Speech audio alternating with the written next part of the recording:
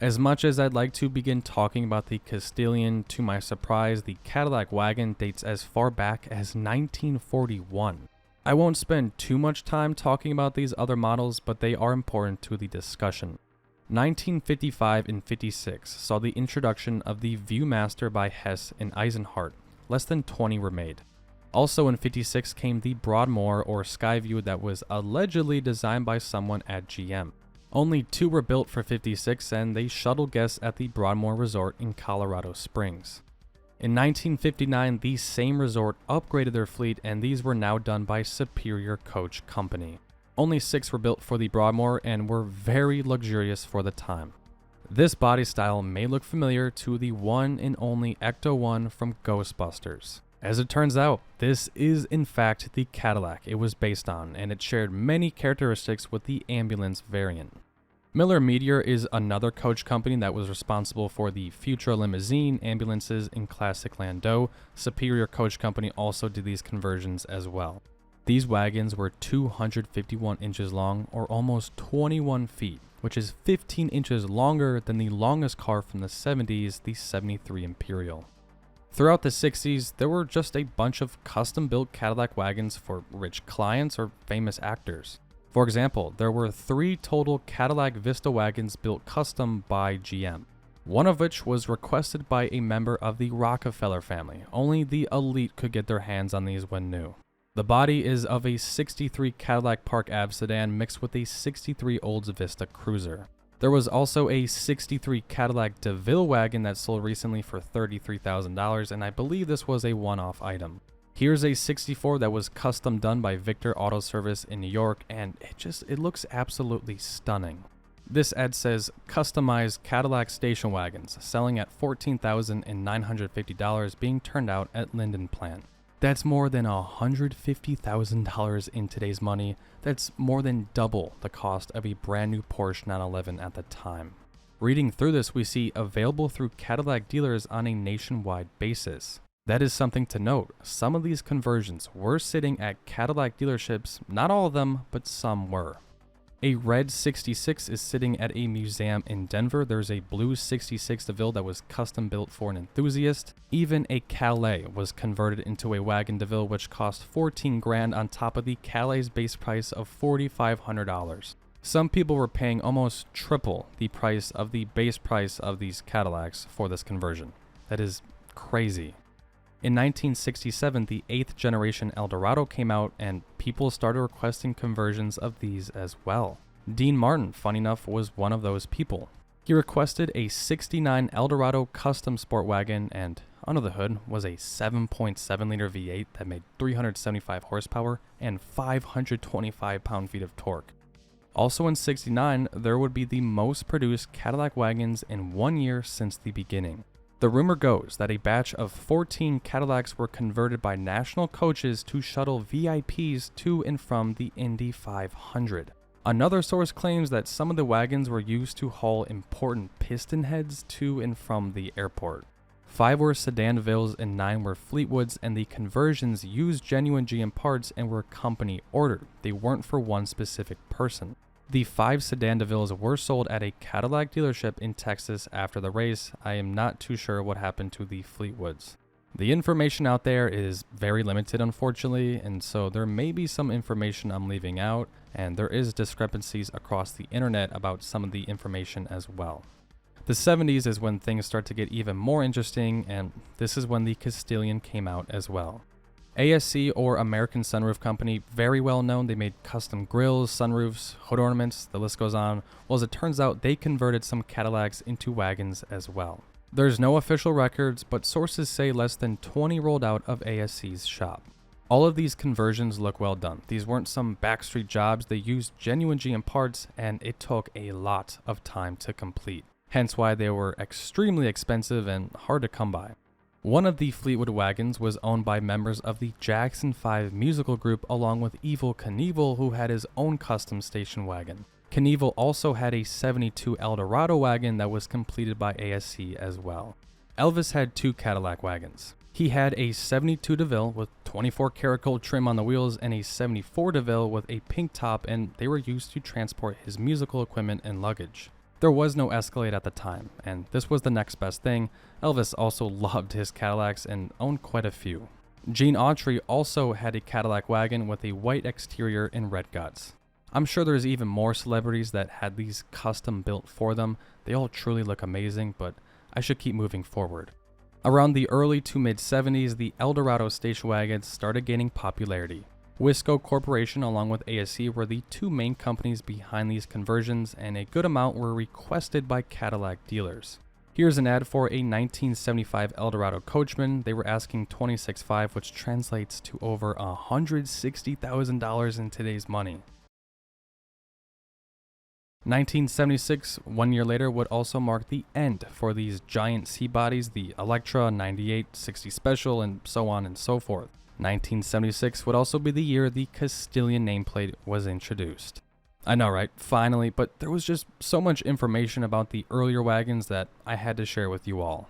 The history of these conversions, as we saw, goes way back, and that's something to keep note of for the end. The reason why I wanted to cover the Castilian over the others is because they have the most information out there about them. The company behind these conversions was Traditional Coachworks, and they were based in California near Los Angeles. The shop was around for 3 years, beginning in 1974 and lasting until 1977. Traditional Coachworks did some of the best conversion work compared to the other shops. They didn't look like a hearse in the slightest. They built up a very talented team, one of which was Gene Winfield. This was the same company that made the Cadillac Mirages. If you know, you know. I'll get to those here shortly. The base for the Castilian was a 1976 Fleetwood 60 Special Brougham. Probably the most elegant of the C-bodies. They were the most expensive and had a wheelbase of 133 inches and overall length of 233.7, which is almost 19.5 feet. The roof was custom constructed from fiberglass and was sloped toward the rear. A slanted fastback style liftgate along with a stainless steel targa band was also added, and it gave this wagon such an elegant look. The pillars and the body lines, at least in my opinion, work well together. Some of the other conversions, the body lines and the pillars just don't flow well together, but with these, they do. A lot of the other American wagons from this period had a two-piece tailgate. These were hinged at the top, allowing for easy access. What's great was these conversions were actually factory approved, so you could order a Castilian through your local Cadillac dealer. They would then be sent to Traditional Coachworks to get the work done. They had a few brochures advertising this conversion, but I feel like no one really knew about these outside of California. I would be shocked if someone in, let's say, Wisconsin ordered one of these new. So I just thought about this while doing the voiceover, but I'm not 100% sure if these came with a Cadillac factory warranty, so that is something to keep in mind. The conversion added about 600 pounds. A standard 60 Special was around 5,400 pounds. With all that weight, you need something powerful under the hood, and these had just that.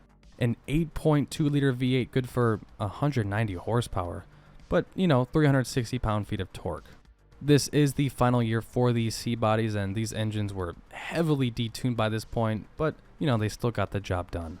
You got all the interior options you could ever ask for in 76, completely loaded up, power everything, and the shoulder room might be the most of any wagon.